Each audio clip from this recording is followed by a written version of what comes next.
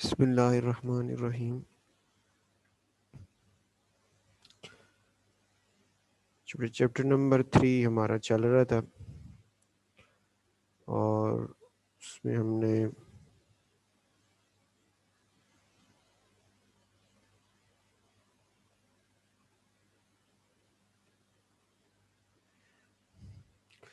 कल इंट्रोडक्शन के हवाले से थोड़ा सा डिस्कस किया था। नेक्स्ट है कंपाउंड्स ऑफ बोरोन।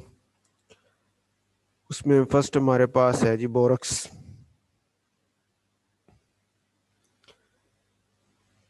बोरक्स को दूसरा नाम हम sodium tetra borate Na2B4O7.10 water ना, ये MCQ के हवाले से याद रखना आपने। बोरक्स का नाम, इसका यानी साल्ट का नाम भी सोडियम टेट्राबोरेट भी और इसका फार्मूला भी ना, दोनों MCQ के हवाले से।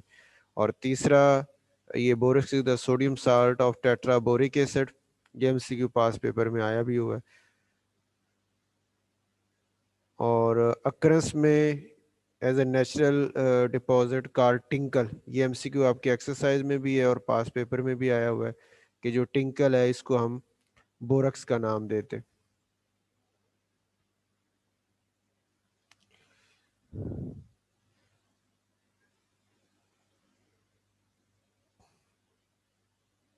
ठीक हो गई। उसके बाद हमारे पास है मैन्युफैक्चरिंग में। अच्छा, इसका ये लॉन्ग क्वेश्चन तो आज तक इस तरह नहीं आया कि मैन्युफैक्चरिंग के मेथड लिख दें। शॉर्ट क्वेश्चन तीसरे चैप्टर में से अमूमन जो पुरानी पेयरिंग स्कीम थी उसमें तीसरे चैप्टर में लॉन्ग क्वेश्चन बनता ही नहीं था। लेकिन लास्ट ईयर उन्होंने तीसरे चैप्टर से लॉन्ग क्वेश्चन, मेरे ख्याल तीसरा नहीं शायद चौथा, चौथे को लॉन्ग क्वेश्चन के साथ ना कंबाइन किया था, तीसरे को नहीं चौथे को किया था। तो तीसरे में लॉन्ग क्वेश्चन अमूमन हमारा नहीं बनता, शॉर्ट ही बनते होते हैं। तो इसमें जैसे हमारे पास ये पहला जो शॉर्ट क्वेश्चन है ये है कि preparation of borax from boric acid. तो शॉर्ट क्वेश्चन है convert boric acid into borax, कि बोरिक एसिड से बोरक्स बना दे। तो ये एसिड हमारे पास है और ये साल्ट है, तो एसिड को बेस से रिएक्शन करते हैं। ये आप सोडियम हाइड्रोक्साइड से भी कर सकते हैं, सोडियम कार्बोनेट्स भी बेस के तौर पे यूज़ हो सकती है। तो कार्बोनेट से कर लें या हाइड्रोक्साइड से कर लें। तो बोरिक एसिड जो है वो साल्ट, वाटर और कार्बोनेट का आपको पता है एसिड से रिएक्शन हो तो साल्ट, वाटर और CO2 गैस बनती है। तो साल्ट आपका बोरक्स है, प्लस वाटर है, प्लस CO2 गैस बनती है। तो ये ओवरऑल हमारे पास रिएक्शन बनता है इसका। अच्छा, ये शॉर्ट क्वेश्चन आपकी एक्सरसाइज में है, लेकिन एक्सरसाइज में सवाल इस तरह है कि बोरिक एसिड से बोरक्स बना दें और बोरक्स से वापस बोरिक एसिड बना दें। यानी ये दो इस तरह क्वेश्चन बना हुआ है। तो फर्स्ट पार्ट तो यहीं से आपका हो जाता है बोरिक एसिड से बोरक्स का, और सेकंड पार्ट अगली हेडिंग हमारी है ना जो बोरिक एसिड की, उसके नीचे ये प्रेपरेशन करेक्शन दिया है कि बोरक्स से बोरिक एसिड कैसे हुआ, बल्कि हम साथ ही डिस्कस करते जाते हैं। ये कि बोरक्स को एसिड से रिएक्शन करें, पानी ज़रबत एसिड है तो वहाँ पानी तो मौजूद होगा ही होगा, क्योंकि वो एसिड जो होता है वो पानी के अंदर ही होगा, चाहे डाइल्यूट है चाहे कंसनट्रेटेड है। तो यहाँ हम वैसे कंसनट्रेटेड ले रहे हैं, calculated quantity of concentrated sulphuric acid, उसके साथ रिएक्शन करवाते हैं तो साल्ट सोडियम सल्फेट बना और बोरिक एसिड हमारे पास बन जाता है।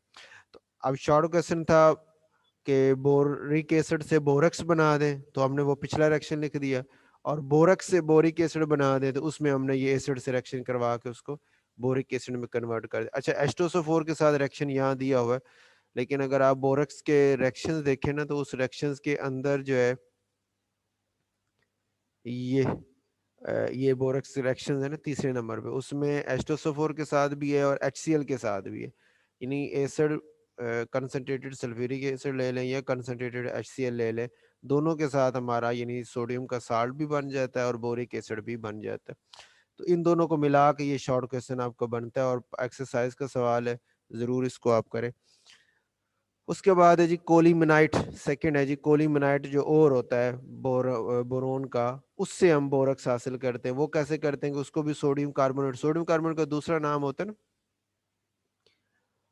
क्या आप इधर भी उसने लिखा होगा सोडा ऐश, ये सोडा ऐश के नाम से। खुद सोडियम कार्बोनेट का दूसरा नाम जो, या जर्नल नाम कह लें या इसको क्या कहते हैं ट्राइवियल नेम कह लें, वो सोडा ऐश है। तो कोलिमिनाइट को भी सोडा एश से रिएक्शन करवाते हैं तो कैल्शियम कार्बोनेट बना जो प्रेसिपिट बेड के नीचे बैठ जाता है, और सोडियम मेटाबोरेट और बोरक्स ये दोनों पानी में हल रहते हैं। सोडियम मेटाबोरेट की फिर में से मजीद CO2 गैस पास अगर की जाए तो वो भी सोडियम कार्बोनेट और बोरक्स के अंदर कन्वर्ट हो जाता है और हम क्रिस्टलाइज करके बोरक्स की क्रिस्टल हासिल कर सकते हैं।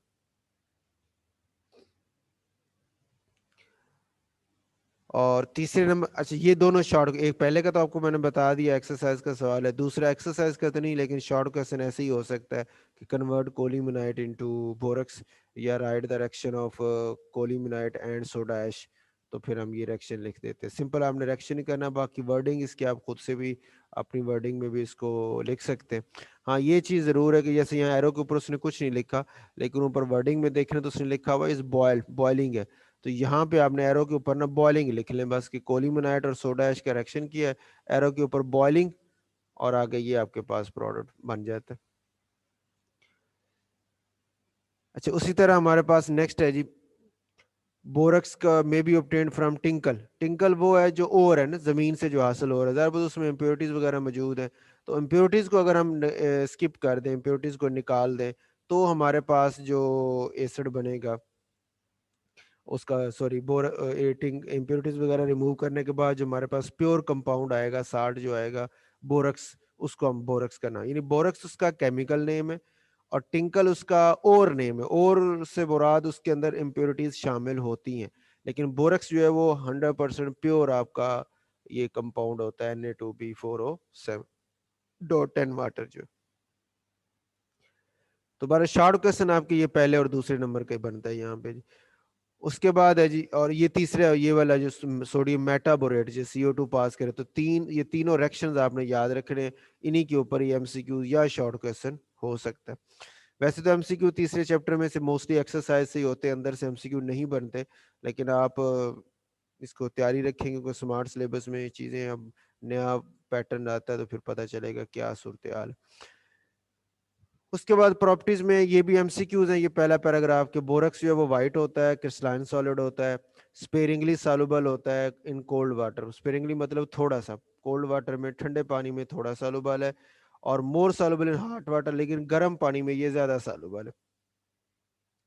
जैसे 100 gram of water dissolve 3 gram of decahydrate at 10 degree C and 99.3 gram at 100 degree सी।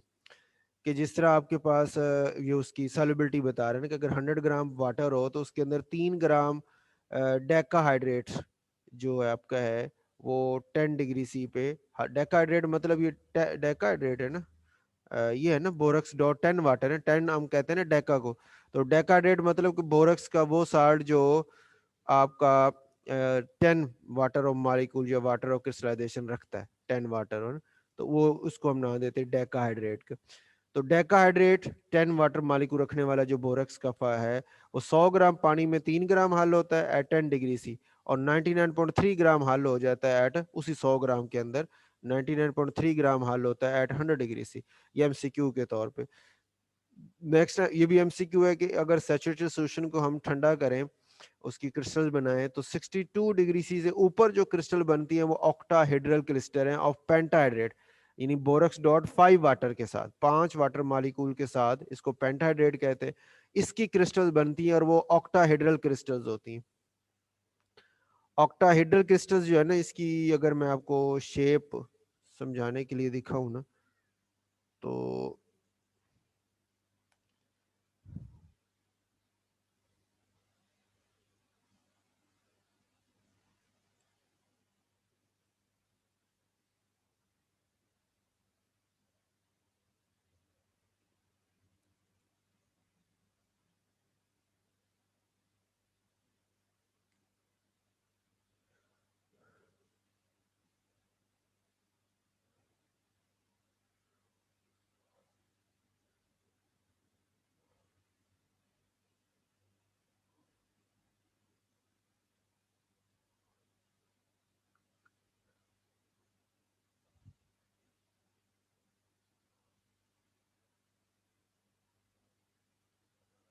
ये ऑक्टाहेड्रल क्रिस्टल होती है।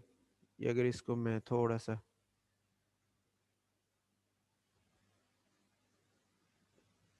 इसकी 8 ऑक्टा होता है ना 8, और हिड्रल मीन होता है साइड है। इसकी 8 साइडें बन रही है, देखें, एक ये वाली साइड है, एक इधर से साइड है, दो ये देखो ना, ये स्क्वायर है ना, ये स्क्वायर है, तो स्क्वायर के मतलब 4 साइड है, तो 4 साइडें नीचे की तरफ है और 4 ही साइडें ऊपर की तरफ है, तो टोटल मिला के 8 साइडें। इस शेप को हम ऑक्टाहेड्रल का नाम देते हैं।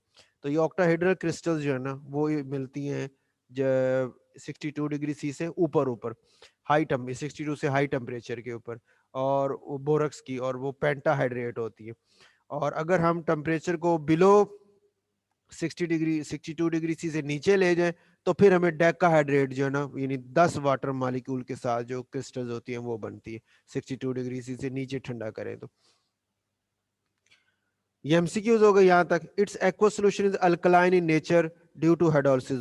ये शॉर्ट क्वेश्चन आपका बनता है, एक्सरसाइज का भी आपका सवाल है कि जो बोरक्स होता है वो उसका जो सोल्यूशन होता है वो अल्कलाइन इन नेचर है या बेसिक इन नेचर है, या ये भी कह सकते हैं बेसिक का मतलब ये देखो ना, या हम उसको हाइड्रोलिसिस का, आपको पता है कि पानी का मालिक्यूल टूट जाते हैं, H+ आयन OH- आयन अलग हो जाते हैं, तो H+ आयन और OH- आयन सेपरेट हुए बोरक्स के साथ, उसमें सोडियम के साथ हाइड्रोक्साइड आयन मिलके सोडियम हाइड्रोक्साइड बना दिया, और ये B4O7 जो है ये H+आयन के साथ मिलके H3BO3 बोरिक एसिड बना देता है। अब बोरिक एसिड वीक एसिड है, सोडियम हाइड्रोक्साइड स्ट्रॉन्ग बेस है, तो ओवरऑल सोल्यूशन जो होता है वो बेसिक हो जाता है स्ट्रॉन्ग बेस की वजह से, तो इस वजह से ये सोल्यूशन अल्कलाइन है। अब उसका शॉर्ट क्वेश्चन था कि अल्कलाइन क्यों है, तो आपने आंसर तो दे दिया कि ड्यू टू हाइड्रोलिसिस, और ये इक्वेशन लिख दी, आंसर आपका मुकम्मल हो गया। लेकिन सवाल को वैसे भी पूछ सकता है कि ये अल्कलाइन क्यों है या बेसिक क्यों है, दो, या तीसरे नंबर पे ये कह सकता है कि इसका जो एक्वस सोल्यूशन है उसकी पीएच वो 7 से ग्रेटर होती, क्योंकि अल्कलाइन होगा तो फिर पीएच भी 7 से ज्यादा होगी ना। तो या ये पूछ सकता है कि जो आपका बोरक्स है इसका एक्वस सोल्यूशन जो है उसकी पीएच 7 से ग्रेटर क्यों होती है, या ये पूछ सकता है कि आपको पता है जो बेस होती है वो लिटमस पेपर जो होता है ना, रेड लिटमस पेपर, उसको ब्लू कर देती है। तो ये भी सवाल हो सकता है कि आपकी जो बोरक्स का एक्वस सोल्यूशन है वो रेड लिटमस पेपर को ब्लू कर देता है, क्यों। इन सारों का जवाब यही है कि जनाब एक्वस सोल्यूशन इसका अल्कलाइन होता है, और वो क्यों है, हाइड्रोलिसिस की वजह से, और ये उसका रिएक्शन होता है। ठीक हो गई। नेक्स्ट ये एमसीक्यू है कि hydrolysis is prevented in the presence of glycerine, के ग्लाइसरीन जब हम यूज करते हैं तो उसकी वजह से, ये एमसीक्यू आपका, कि ग्लाइसरीन को यूज करके हम इस हाइड्रोलिसिस को रोक सकते हैं। अच्छा, ग्लाइसरीन का दूसरा नाम है ग्लाइसिरोल, तो ये याद रखना, नाम मसलन डिफरेंट है एक ही कंपाउंड के ना, ग्लाइसरीन कह ले या ग्लाइसिरोल कह ले। उसकी वजह ये कि यहाँ इसने वर्ड ग्लाइसरीन लिखा है, और बोरिक एसिड जो है ना उसके अंदर भी ये पॉइंट आ जाएगा, और वहां पे जो नाम आता है ना वो ग्लाइसिरोल लिखा हुआ है, जो बोरिक एसिड है ना वहां पे भी ये नाम आता है,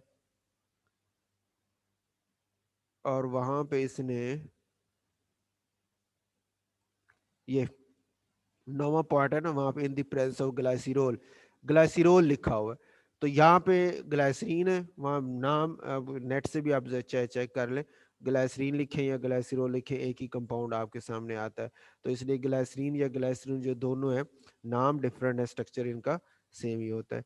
तो एमसीक्यू के तौर पे ये आपने ये मे बी वो यहाँ पे इस केस में आपको ऑप्शन जो है ये दे दे कि बोरक्स की हाइड्रोलिसिस को हम रोक सकते हैं बाय द यूज ऑफ, और ऑप्शन वहाँ पे ग्लाइसिरोल हो, ग्लाइसरीन ना हो तो आप फिर ग्लाइसिरोल को टिक कर सकते। दूसरा है जी, इसको टेस्ट को हम नाम देते हैं बोरक्स बी टेस्ट ना, जिसमें हम बोरक्स को हीट करते हैं तो ये ग्लासी मास बन जाती है, प्लस सोडियम मेटाबोरेट, और प्लस वो B2O3 बोरिक एनहाइड्राइड भी इसको बोलते हैं, बोरोन ऑक्साइड भी बोलते हैं। तो ये 3 प्रोडक्ट हमारे पास बनते हैं। तो ये जो बोरिक आप ये बोरक्स बी टेस्ट है ना, इसकी यही यही वाला रिएक्शन जो है ना, ये दूसरे नंबर वाला, ये इसी के नीचे आता है। कि आपके पास बोरक्स बी टेस्ट करते हैं क्या है, एक प्लाटिनम की वायर लेते हैं, उसके आगे ना एंड पे इस तरह गोल सा लूप बना लेते हैं, उस लूप के ऊपर साल्ट को रखते हैं, बोरक्स को रखते हैं, इसको पहले रख के हीट कर लेते हैं, हीट करते हैं तो ये स्वेल अप होके और मेल्ट होके कलरलेस ग्लासी ना बीड से बना देता है लूप के ऊपर। फिर इसके ऊपर हम वो सब्सटेंस जिस साल्ट को आपने एनालाइज करना है कि इसके अंदर कौन सा कैटायन है, उस साल्ट के थोड़ा सा पाउडर डालते हैं और फिर दोबारा उसको हीट करते हैं। ठीक होगा, in first in the oxidising film and then in the और रिड्यूसिंग ऑक्सीडाइजिंग फ्लेम में भी उसको हीट करते हैं और फिर उसको रिड्यूसिंग फ्लेम में यूज करते हैं। ऑक्सीडाइजिंग रिड्यूसिंग फ्लेम से मुराद ये है कि आपका जो फ्लेम होता है ना, मैं अगर इसकी शेप ड्रा करूं तो फ्लेम आपके पास राउंड अबाउट ऐसे बना ना,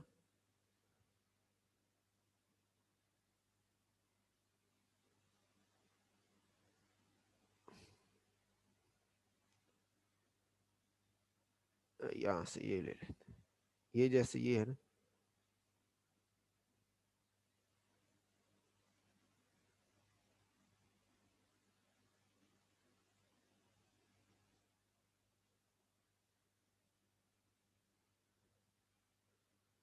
ऐसे आपका फ्लेम होता है ना, ठीक हो गया। नीचे आपका वो मोमबत्ती की शक्ल में जैसे मैं ड्रा कर रहा हूँ, ये ऐसे अब जब ये जो ऊपर वाला पार्ट होता है ना, इसको हम नाम देते हैं ऑक्सीडाइजिंग फ्लेम का ना, यही वाला हिस्सा जो ऊपर वाला,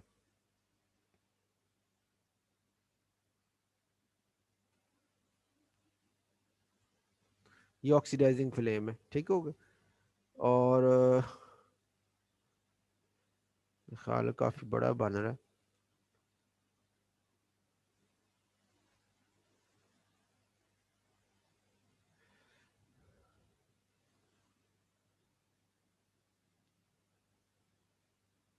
इसको थोड़ा बड़ा कर लेते हैं।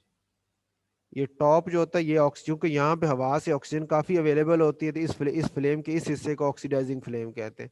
और ये जो नीचे वाला हिस्सा ना, ये बॉटम पे, ये यहाँ पे इसको रिड्यूसिंग फ्लेम कहते हैं, क्योंकि वहाँ पे ऑक्सीजन की अमाउंट जो है वो कम आपके पास उसको मिल रही होती है ना, बर्निंग के लिए थोड़ी मिल रही होती है, इसलिए यहाँ पे ये ब्लू ब्लू भी होता है। ब्लू इसलिए होता है कि कम ऑक्सीजन की वजह से ना कार्बन, जो इस नीचे कार्बन है वो जल के कार्बन मोनोऑक्साइड बनाती है, और कार्बन मोनोऑक्साइड जब बर्न होती है तो वो ब्लू फ्लेम से जलती है, तो वो ब्लू कलर यहाँ पे हमें इसलिए नजर आ रहा होता है। और ऊपर टॉप के ऊपर जो हमें वो येलो, रेडिश येलो सा कलर नजर आता है, वो मुकम्मल यानी उसकी ऑक्सीडेशन होकर कार्बन डाइऑक्साइड बन रही होती है। तो ऊपर वाला ऑक्सीडाइजिंग फ्लेम कहलाता है, नीचे वाला रिड्यूसिंग फ्लेम कहलाता है। तो यहाँ पे वो कहता है कि वो हम जो उसके लूप के ऊपर साल्ट आप डाल लेते हैं, तो उसको ला के फिर ऑक्सीडाइजिंग रिड्यूसिंग दोनों फ्लेम के अंदर हीट करते हैं। केमिस्ट्री क्या है कि बोरक्स जब हीट किया तो आपका सोडियम मेटाबोरेट और B2O3 बन गया, ये वाला जो रिएक्शन ये था, इन इसको हीट किया तो ये सोडियम मेटाबोरेट और B2O3 जो है ना, ये आपके पास प्रोडक्ट बन, ये दोनों असल तो यही है ना, ये तो वही चीज दोबारा रिप्रोड्यूस हुई है ना, तो उसको लिखने की तो जरूरत ही नहीं है। तो ये वाली दोनों चीजें हमें मिल जाती है, ठीक हो गया। अच्छा, ये जो मिली है, अब वो जो आपका जो भी जैसे कापर का मैंने साल्ट लिया हुआ था, तो कापर के साल्ट को जब हीट किया ना, तो वो कापर का ऑक्साइड बन गया। अब कापर के ऑक्साइड ने फिर उससे रिएक्शन किया B2O3 से, और कापर का मेटाबोरेट बना दिया। और कापर चूंकि ट्रांजिशन एलिमेंट है, और ट्रांजिशन एलिमेंट्स के जो साल्ट होते हैं वो कोई ना कोई खास कलर बना रहे होते हैं, तो यहाँ पे कापर का जो मेटाबोरेट है वो ये blue colour, blue in colour होता है। तो ब्लू कलर से हमें पता चल जाएगा कि ये जो साल्ट है इसके अंदर कापर मौजूद है। तो कलर से हम अंदाजा लगाते हैं, कलर किसका है, इसका, ये जो कंपाउंड बना ना बीड्स की शक्ल में, बीड जैसे दाने नहीं होते तस्बीह के दाने, इस तरह बीड्स की शक्ल में ये बन जाता है। और उन बीड का कोई ना कोई खास कलर होता है, डिपेंडिंग अपॉन द मेटल, कि कौन सी मेटल उसमें मौजूद है, उस पर डिपेंड करते हुए उसका कोई ना कोई खास कलर बनता है, और उस कलर की बेस पे हम उसको जज कर रहे होते हैं। तो इसको नाम देते हैं बोरक्स बी टेस्ट का। ये आपकी एक्सरसाइज में सवाल है, शॉर्ट क्वेश्चन में ये इंपॉर्टेंट है कि बोरक्स बी टेस्ट जो होता क्या है, तो ये आ जाएगा। और अगर उसकी केमिस्ट्री पूछे तो उसमें हमने ये दोनों रिएक्शन ये रिएक्शन लिखना है, और ये एग्जाम्पल के तौर पे कापर का रिएक्शन लिख के एग्जाम्पल हो जाएगी उसकी। उसके बाद है जी तीसरा पॉइंट है कि जो बोरक्स है आपका एसिड के साथ HCl के साथ रिएक्शन करता है पानी की मौजूदगी में। ये अभी हमने जैसे किया था, पीछे बात की थी कि एसिड के साथ रिएक्शन करें तो बोरक्स वापस बोरिक एसिड में बदल जाता है। इसका अलग से शॉर्ट तो कोई नहीं है, लेकिन ये आपका वो पिछला जैसे मैंने बताया था कि बोरिक एसिड से बोरक्स और बोरक्स से वापस बोरिक एसिड, उसके नीचे इस रिएक्शन को आप यूज कर सकते हैं। Borax is heated with ammonium chloride, boron nitride is produced. Borax को अमोनियम क्लोराइड से हीट करें तो बोरोन नाइट्राइड BN जो है, और बोरिक एनहाइड्राइड और वाटर ये प्रोड्यूस होता है। ये MCQ में इसको पॉइंट आप याद रख सकते हैं, MCQ हो सकता है। MCQ ये है कि बोरक्स को किसके साथ रिएक्शन करें तो बोरोन नाइट्राइड बनता है, या बोरक्स को अमोनियम क्लोराइड के साथ हीट करें तो कौन सा प्रोडक्ट हमें यहाँ से इनमें से कौन सा प्रोडक्ट मिलता है, तो उसमें से एक ऑप्शन हमारी ये बोरोन नाइट्राइड की होगी। उसके बाद borax when dissolved in water ionizes as के बोरक्स को ये वही बात ये अच्छा इसके जवाब में ये जो था हाइड्रोलिसिस वाला पॉइंट, इसके जवाब में ये तो ओवरऑल रिएक्शन हो गया ना, ये लिखा हुआ है, और ये उसके स्टेप बाय स्टेप रिएक्शन है कि पहले जो बोरक्स था वो आयोनाइज हुआ, सोडियम आयन और ये टेट्राबोरेट आयन में कन्वर्ट हुआ। अब टेट्राबोरेट आयन स्टेबल नहीं है, वो पानी के साथ रिएक्शन करके हाइड्रोलाइज होता है और बोरिक एसिड और हाइड्रोक्साइड पैदा करता है। बोरिक एसिड तो वैसे ही आ गया, जैसे यहाँ पे आपका 4 बोरिक एसिड है, ये भी देखें 4 बोरिक एसिड है, और 2 सोडियम 2 हाइड्रोक्साइड मिलके 2 सोडियम हाइड्रोक्साइड, ये 2 सोडियम हाइड्रोक्साइड भी हो। ये ओवरऑल रिएक्शन है हाइड्रोलिसिस का ना, जो हमने बात की थी कि एक्वा सॉल्यूशन इसका अल्कलाइन होता है, ये ओवरऑल रिएक्शन है, और ये उसी को उसने 2 स्टेप्स में लिखा हुआ है। इसका अलग से शॉर्ट क्वेश्चन बनाया जाए तो ये हो सकता है कि discuss the ionization of borax in water, कि बोरक्स की पानी में आयोनाइजेशन को डिस्कस कर दें, तो उसमें ये दोनों रिएक्शन आप लिख सकते हैं।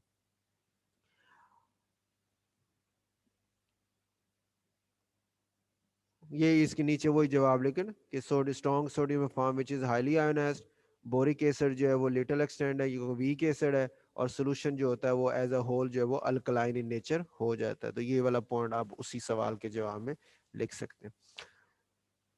उसके बाद यूजेस हैं जी, यूजेस का इसका शॉर्ट क्वेश्चन आपका बनता है इसका ना बोरक्स का, मेरे ख्याल से शायद एक्सरसाइज में मौजूद है यूजेस ऑफ बोरक्स। उसमें हमारे पास है पहला use to prepare borate glass, जिस तरह आपके आम घरों में यूज करते हैं ना, वो सिलिकेट ग्लास होता है।